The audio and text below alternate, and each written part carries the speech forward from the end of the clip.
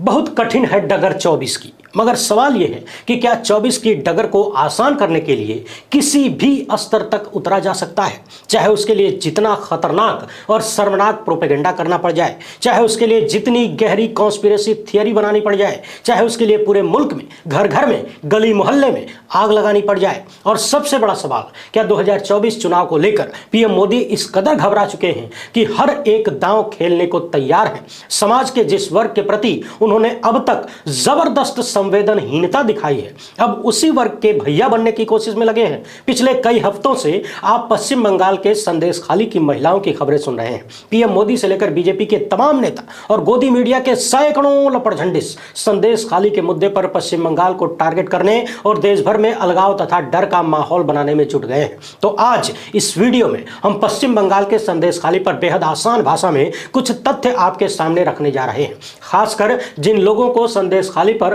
तथ्य जांच के लिए लगाया गया है। आज हम उन लोगों का तथ्य जांचेंगे। द वायर ने एक ऐसी स्टोरी सामने रखी है जिसे सुनने के बाद आपके होश उड़ जाएंगे। आप सोचने पर मजबूर हो जाएंगे कि भारतीय जनता पार्टी और आरएसएस किस स्तर पर जाकर काम कर रहे हैं। गोदी मीडिया लगातार फैक्ट फाइंडिंग टीम को स्वतंत्र बता रहा है, लेकिन इस स्वतंत्र टीम के लोगों के बारे में जब आप जानेंगे, यकीन मानिए आपकी खोपड़ियां घूम जाएगी। संदेशखाली का पूरा मामला अपने आप में इतने सारे सवाल पैदा कर रहा है जिसका जवाब शायद कभी मिल नहीं पाएगा। इसके साथ ही क्या हो सकता है इसका 2011-12 से रामदेव और अन्ना से काला धन और भ्रष्टाचार के खिलाफ भाजपा की कथित लड़ाई से लिंक, उस पर भी जबरदस्त वाली चर्चा करेंगे। और प्रधानमंत्री ने पश्चिम बंगाल में जाकर अभी जो बड़े बड़े भाषण दिए हैं उस पर भी अच्छे से बात करेंगे, खासकर हजारों करोड़ और लाखों करोड़ के जुमलों पर। यदि आप पश्चिम बंगाल या फिर उसके आसपास के क्षेत्र के रहने वाले हैं तो वीडियो को विशेष ध्यान से देखिएगा। हालांकि ये वीडियो भारत के हर एक नागरिक के लिए बड़ी महत्वपूर्ण होने वाली है। चुनाव आयोग ने कड़ा निर्देश दिया है कि जाति, धर्म और भाषा के आधार पर वोट मांगने पर कार्रवाई होगी। इस बात को आप सभी लोग अपने दिमाग में बिठा लीजिए और चुनाव आयोग की अब तक की निष्पक्षता का ख्याल रखते हुए इतना तो समझ ही गए होंगे कि यह निर्देश किन लोगों के लिए है। कल ही भारत के प्रधानमंत्री पश्चिम बंगाल पहुंचे थे और कह रहे थे कि यहां की जनता दीदी से पूछ रही है कि उनके लिए कुछ लोगों का वोट संदेशखाली की पीड़ित महिलाओं से भी ज्यादा हो गया। आपको शर्म आनी चाहिए। प्रधानमंत्री ने आरोप लगाया कि पश्चिम बंगाल की सरकार आरोपियों को बचा रही थी, भाजपा के दबाव में आकर गिरफ्तार करना पड़ा। तो चर्चा यहीं से शुरू करते हैं। गिरफ्तार करना पड़ा, आरोप लगने के बाद इस्तीफा देना पड़ा, किसी को पद से हटाना पड़ा, जांच के लिए समिति बनानी पड़ी, जांच करवानी पड़ी। इन सारी लाइनों को अपने दिमाग में रखिए और 12-13 साल पीछे चले चलिए। और पीछे ले जाने से पहले ही आपको बता दूं कि ये वीडियो पूरा देखिएगा, तभी पूरी कहानी समझ पाएंगे। कांग्रेस और यूपीए शासन के दौरान 2G स्पेक्ट्रम में 1,76,000 करोड़ के घोटाले का आरोप लगाया गया।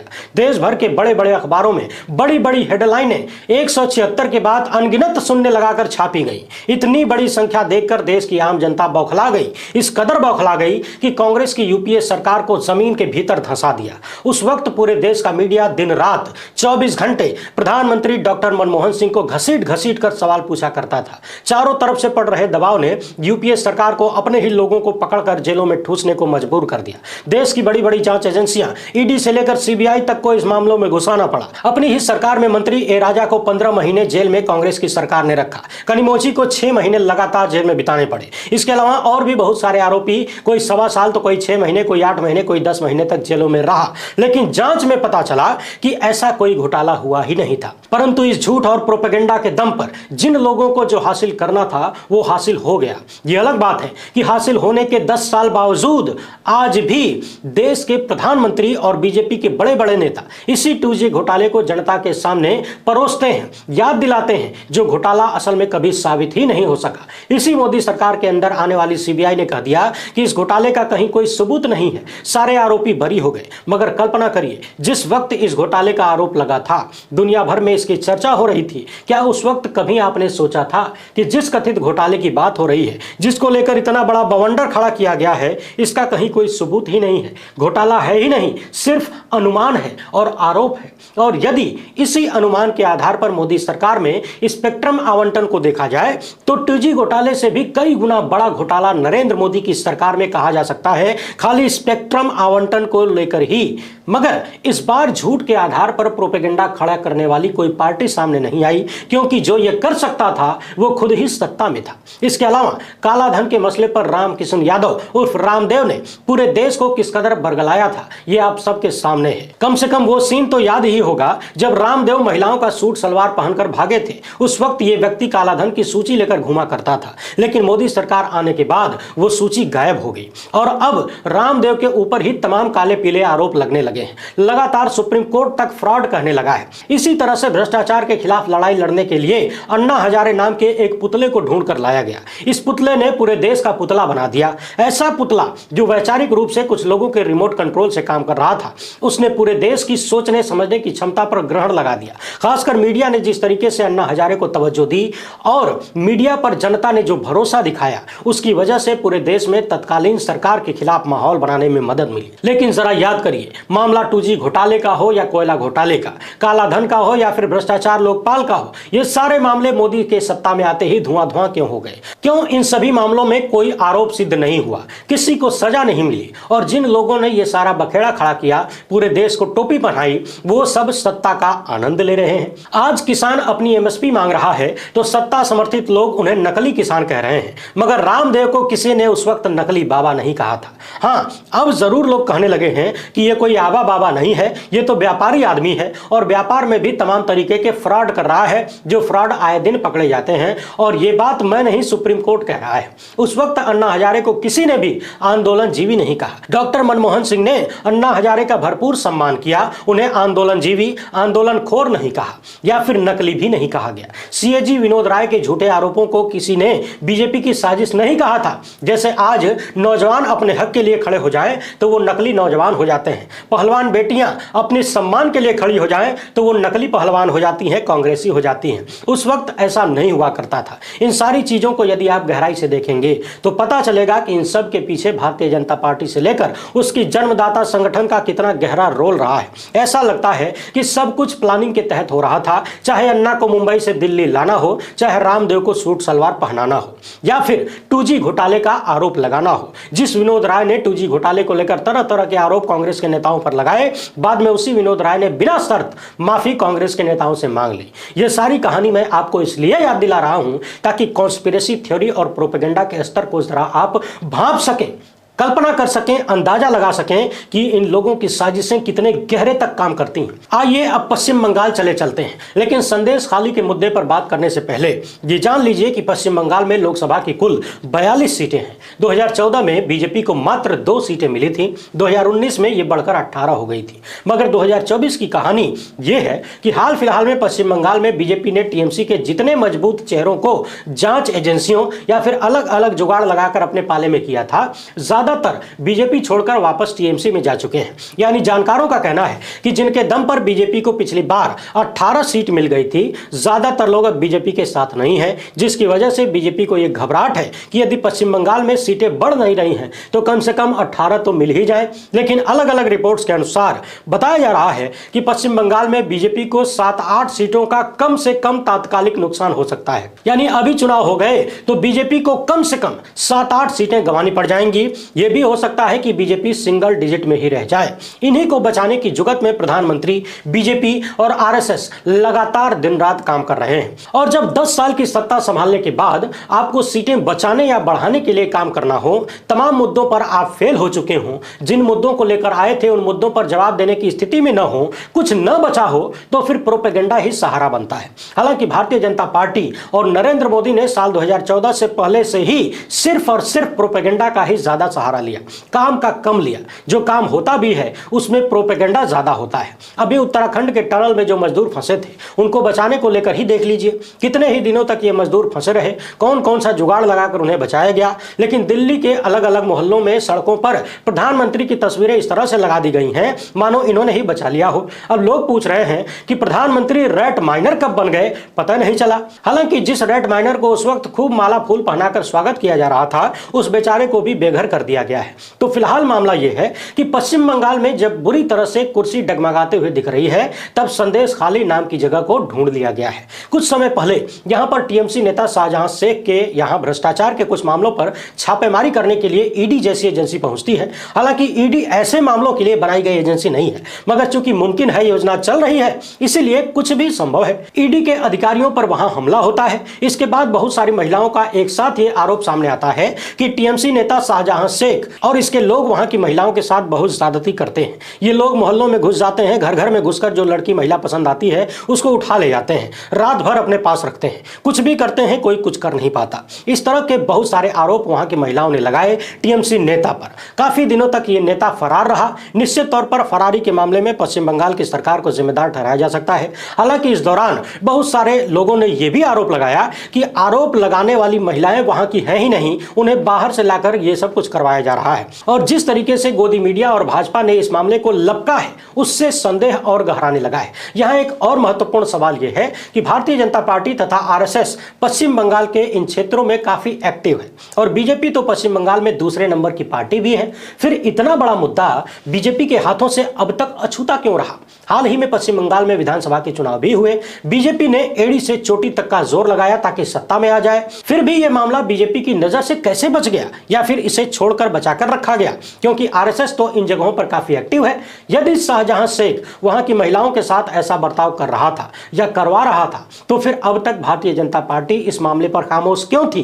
क्या बीजेपी ने जानबूझकर वहां की महिलाओं के साथ जो हो रहा था उसे होने दिया? आवाज नहीं उठाई कि लोकसभा का चुनाव आएगा तो एक महीना पहले हम लोग जोर जोर से चिल्लाएगा, और जब हल्ला मचाएगा तो हिंदू मुस्लिम का मुद्दा बन पाएगा, और जब हिंदू मुस्लिम में बंटवारा हो जाएगा तब हमको भर भर के उठवा मिल जाएगा। क्योंकि यह तो संभव नहीं है कि अचानक से शाहजहां शेख लोकसभा चुनाव से पहले ही महिलाओं के साथ ऐसी बर्बरता करने लगा होगा। यदि उसका यही काम था तो फिर पहले इस मुद्दे को भाजपा ने क्यों नहीं उठाया? अगली बात यह है कि बीजेपी के लोगों का लगातार यह प्रयास है कि महिलाओं से संबंधित इस मामले में मुसलमान और आदिवासी का झगड़ा दिखा दिया जाए और देश भर में हिंदू मुस्लिम किया जाए, माहौल बनाया जाए। आप तो जानते ही हैं, जहां मुसलमान नहीं होता वहां भी मुसलमान घुसा दिया जाता है, और यहां तो सीधे सीधे शाहजहां ही मिल गया। आइए अब सबसे महत्वपूर्ण पहलू पर फोकस करिए, जो आपके भीतर इस मामले को लेकर हद से ज्यादा गंभीर संदेह पैदा कर देगा। संदेश खाली के मसले पर तथ्य जांच के लिए, फैक्ट फाइंडिंग के लिए कमेटी बनाई गई, एक फैक्ट फाइंडिंग टीम बनाई गई। इस टीम में पटना हाईकोर्ट के पूर्व chief justice Narasimha Reddy, OP Vyas, Charu Ali Khanna, Bhavna Bajaj, Rajpal Singh और संजीव नायक शामिल हैं। इस फैक्ट फाइंडिंग टीम को गोदी मीडिया लगातार इंडिपेंडेंट और स्वतंत्र बताने की कोशिश कर रहा है। यानी कोशिश यह है कि इन पर कोई सवाल न उठा पाए, देश की जनता ये मान ले कि ये लोग परम निष्पक्ष हैं, ईमानदार हैं, ये जो कह देंगे वो सही ही होगा। लेकिन दवार ने एक रिपोर्ट सामने रखी है जिसे देखने के बाद पूरी कहानी बड़ी संदेहास्पद लगने लगती है।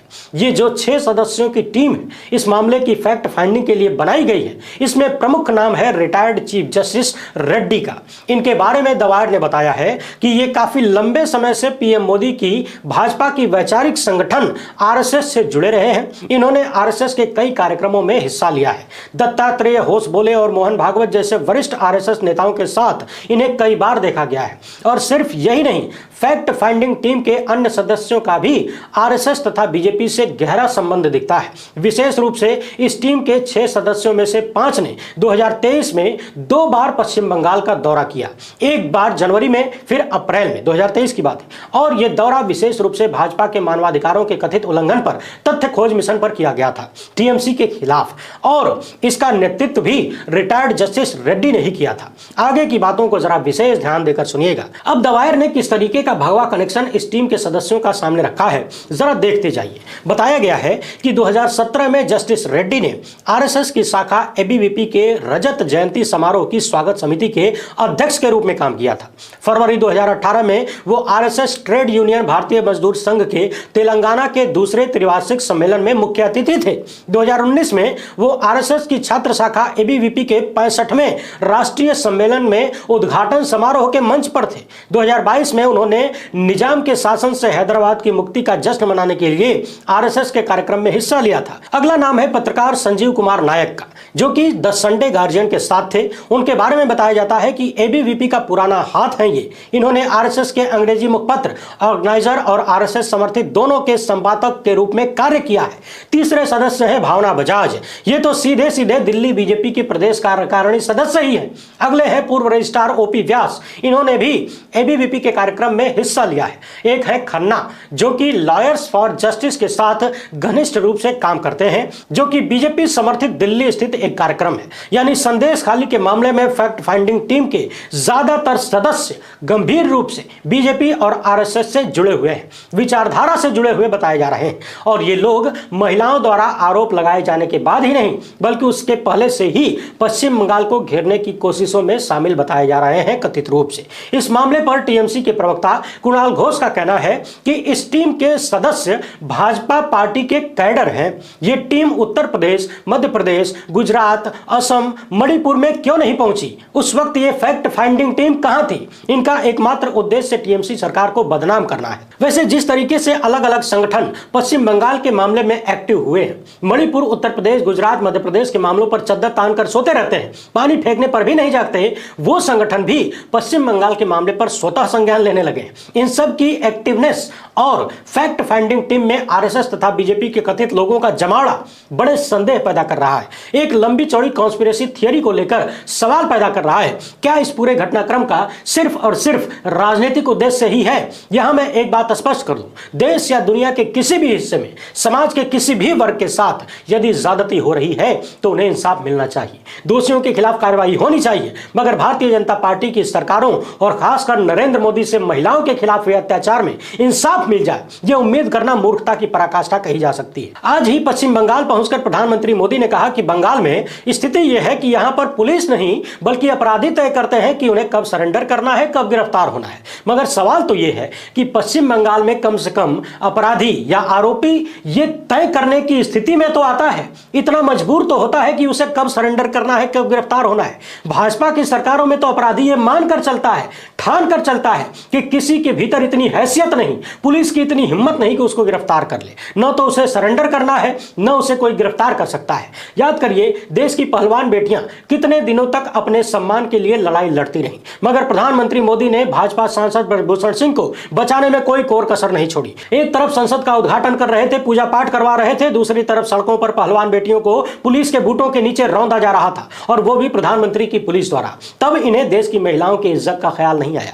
आज पश्चिम बंगाल में जाकर वहां की महिलाओं को बहन बुला रहे हैं, लेकिन एक वक्त में जिन पहलवान बेटियों को घर के बच्चे कहा करते थे, बच्चियां कहा करते थे, अपनी बेटी माना करते थे, उन बेटियों की इज्जत को बचाने के लिए सामने नहीं आए। बल्कि ब्रजभूषण सिंह ने पहलवान बेटियों का जितना शोषण नहीं किया, यौन शोषण नहीं किया होगा, उससे ज्यादा तो इस मोदी सत्ता ने कर दिया। गोदी मीडिया ने उन्हें तरह तरह से बदनाम किया। मणिपुर में 2 महिलाओं को नग्न परेड कराया गया, उनके गुप्तांगों के साथ सरेआम छेड़खानी की वीडियो सामने आई, वायरल हुई। 9 महीने से अधिक वक्त हो चुका है, मणिपुर जल रहा है। प्रधानमंत्री की अब तक इतनी हैसियत नहीं हो पाई कि मणिपुर जाकर वहां के लोगों को बता सकें कि मैं हूं, मैं जिंदा हूं। मणिपुर में सैकड़ों लोगों की हत्या की जा चुकी है, हजारों लोग आज भी बेघर हैं, न जाने कितनी ही महिलाओं की अस्मत लूटी जा चुकी है, लेकिन प्रधानमंत्री को मणिपुर जाने से डर लगता है। अब सवाल यह है कि मणिपुर जाने से प्रधानमंत्री को डर क्यों लगता है? क्यों डरते हैं? क्या इसलिए डरते हैं क्योंकि वहां पर कानून व्यवस्था ठप हो चुकी है? और यदि पश्चिम बंगाल जाने में उनको डर नहीं लगता, इसका मतलब साफ साफ है कि पश्चिम बंगाल में कानून व्यवस्था ठप नहीं हुई, तभी तो प्रधानमंत्री जब चाहे वहां चले जाते हैं। खबर है कि 2-4 दिन बाद फिर जाने वाले हैं।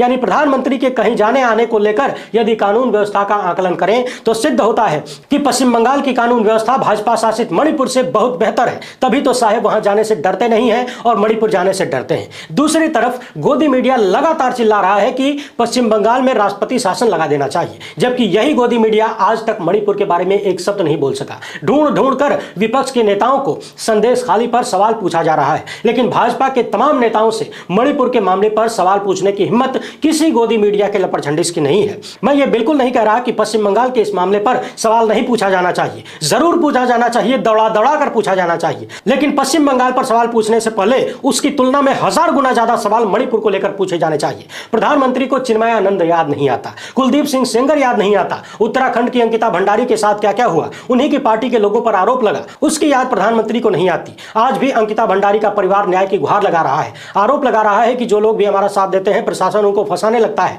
लखीमपुर में सपा की महिला नेत्री के साथ कैसा चीरहरण हुआ आपको याद होगा। हाल ही में वाराणसी में IIT BHU की छात्रा के साथ जो कथित सामूहिक बलात्कार बीजेपी IT सेल के गुंडों ने किया, गुर्गों ने किया, उस मामले पर भी प्रधानमंत्री की जबान अब तक नहीं खुली। और बेशर्मी की सारी हदें तो तब पार हो गई जब इस घटना के बाद प्रधानमंत्री उसी BHU कैंपस में जाकर घंटों तक फोटो खिंचवाते रहे, फिर भी उस छात्रा का जिक्र तक नहीं किया। कम से कम अकेले में बुलाकर ही उसे ढांढस बजा देते, कह देते कि तुमको न्याय मिलेगा, मुझ पर भरोसा रखो। हालांकि वो कितना भरोसा कर पाती, इस पर भी सवालिया निशान है, बड़े बड़े सवालिया निशान है। क्योंकि उसे याद तो होगा ही कि किस तरीके से डबल इंजन की सरकारों ने बिल्किस बानो के बलात्कारियों और उनके परिवार के हत्यारों को जेल से छुड़ाने के लिए सुप्रीम कोर्ट के साथ भी धोखा कर दिया। यानी जिस मोदी सरकार को हत्यारों और बलात्कारियों से इतना लगाव हो, इतना प्रेम हो कि सुप्रीम कोर्ट से भी धोखा करके उन्हें बाहर निकाल सकती है, तो फिर देश की महिलाओं का सम्मान इनके लिए कितना मायने रखता होगा आप सब समझ सकते हैं। बात हाथरस में हुई हैवानियत की हो या फिर हाल फिलहाल में कानपुर से जो खबर आई जिसमें 2 नाबालिग बच्चियां पेड़ पर लटकती हुई नजर आई उनकी हो, भाजपा नेताओं के खिलाफ ऐसे दर्जनों नहीं सैकड़ों मामले मिल जाएंगे जिन पर भारतीय जनता पार्टी और प्रधानमंत्री की जबान एकदम नहीं खुलती है। मगर फिर भी डूबते को तिनके का सहारा, तिनका न मिले तो तिनका पैदा करो। शायद ऐसी ही कुछ कहानी पश्चिम बंगाल को लेकर भी दिख रही है। यहां ध्यान देने वाली बात यह भी है कि पश्चिम बंगाल के आसपास के लोगों पर इसका असर भले ही न हो, कम से कम हो, लेकिन पूरे देश में TMC की सरकार को घटिया सरकार, बेकार सरकार बताने की कोशिश की जा रही है। गोदी मीडिया द्वारा लगातार बदनाम करने की कोशिश की जा रही है और वो इसलिए क्योंकि TMC इंडिया गठबंधन का हिस्सा है। संदेश खाली के बहाने TMC को टारगेट करना है और TMC के बहाने इंडिया गठबंधन को टारगेट करना है। वैसे फैक्ट फाइंडिंग टीम की जो कहानी हमने आपके सामने रखी है, इसकी हकीकत जानने के बाद आप इस मामले को किस तरीके से देखते हैं कमेंट बॉक्स में जरूर लिखिएगा। पश्चिम बंगाल में ही प्रधानमंत्री ने फिर से हजारों करोड़ की नई नई योजनाओं की घोषणा की है। इसके बाद बिहार पहुंचे, वहां पर भी प्रधानमंत्री ने 1.81 लाख करोड़ की योजना का शिलान्यास कर दिया। इन हजारों करोड़ या लाखों करोड़ की योजनाओं को सुनकर मुझे प्रधानमंत्री के संसदीय क्षेत्र वाराणसी के एक व्यक्ति की बातें बहुत याद आती हैं। साल 2022 के विधानसभा चुनाव में एक बुजुर्ग ने मुझसे कहा कि साहब जब भी बनारस आते हैं तो इतना हजार करोड़, उतना हजार करोड़, इतना हजार करोड़ देकर जाते हैं, लेकिन वो पैसा कहां चला जाता है कुछ पता नहीं चलता। ठीक इसी तरह से पिछले 10 सालों में प्रधानमंत्री मोदी ने पूरे देश में जितने हजार करोड़ या लाख करोड़ की योजनाओं का शिलान्यास किया है या फिर घोषणाएं की है, यदि आप उन सारे हजार या लाख करोड़ को जोड़ लेंगे तो पता चलेगा कि इतने पैसे में तो भारत ही नहीं बल्कि पूरी की पूरी पृथ्वी ही विकसित हो गई होती। बातें बहुत बड़ी बड़ी निकलती हैं, धरातल पर रिजल्ट न के बराबर दिखता है। और बिहार में तो एक वक्त प्रधानमंत्री पहुंचकर बोली लगाने लगे थे, पूछ रहे थे कि बताओ कितना हजार करोड़ दूं कि लाख करोड़ दूं। अब उन लाख करोड़ से बिहार में क्या क्या हो गया ये तो बिहार के लोग ही बता सकते हैं। वैसे बिहार से भी हमारी बहुत बड़ी संख्या में दर्शक हैं। आप लोग बताइए, अब तक प्रधानमंत्री ने जितने लाख करोड़ की घोषणाएं बिहार में की उसका कितना लाभ आप लोगों को मिल चुका है। पश्चिम बंगाल पहुंचकर एक बार फिर से प्रधानमंत्री ने 400 पार का नारा लगाया, भ्रष्टाचार और परिवारवाद का आरोप TMC पर लगाया। इन दोनों मुद्दों पर प्रधानमंत्री और भारतीय जनता पार्टी कितनी बुरी तरह से घिरी हुई है ये आप जानते ही हैं, बार बार दोहराने की कोई जरूरत नहीं है। प्रधानमंत्री ने पश्चिम बंगाल सरकार पर यह भी आरोप लगाया कि यहां पर केंद्र की योजनाओं को लागू नहीं किया जाता है। वैसे प्रधानमंत्री को लगे हाथ यह भी बता देना चाहिए था कि साल 2022 से मनरेगा मजदूरों का जो पैसा रोक कर रखा गया था वो किसकी जिम्मेदारी थी। सालों साल मनरेगा के मजदूर वो कोई करोड़पति नहीं होते हैं, बेहद गरीब होते हैं, जीने खाने वाले होते हैं, रोज कुआं खोदते हैं, रोज पानी पीते हैं। उनको सालों साल उनकी मजदूरी के लिए इंतजार किसने करवाया। बाकी महिला सशक्तिकरण और महिलाओं की सुरक्षा पर लंबी लंबी बातें कह गए। हालांकि महिलाओं के मामले पर प्रधानमंत्री की जबान से एक भी शब्द सुनने की इच्छा शायद ही किसी की होती होगी। एक बार फिर से स्पष्ट कर दूं, देश या दुनिया के किसी भी हिस्से में महिला ही नहीं किसी भी वर्ग के साथ यदि ज्यादती होती है तो उन्हें इंसाफ मिलना चाहिए। और यदि देश के प्रधानमंत्री महिलाओं के लिए इंसाफ की बात करें, उन्हें इंसाफ दिलाने के लिए काम करें तो हमें बहुत खुशी होनी चाहिए। मगर प्रधानमंत्री नरेंद्र मोदी के पिछले 10 साल का रिकॉर्ड और उससे भी पहले का रिकॉर्ड देखकर यह बिल्कुल नहीं लगता कि उन्हें किसी भी रूप में महिलाओं की अस्मत की कोई चिंता होती है। वैसे आप इस मुद्दे पर क्या सोचते हैं, अपनी राय कमेंट बॉक्स में जरूर लिखिएगा।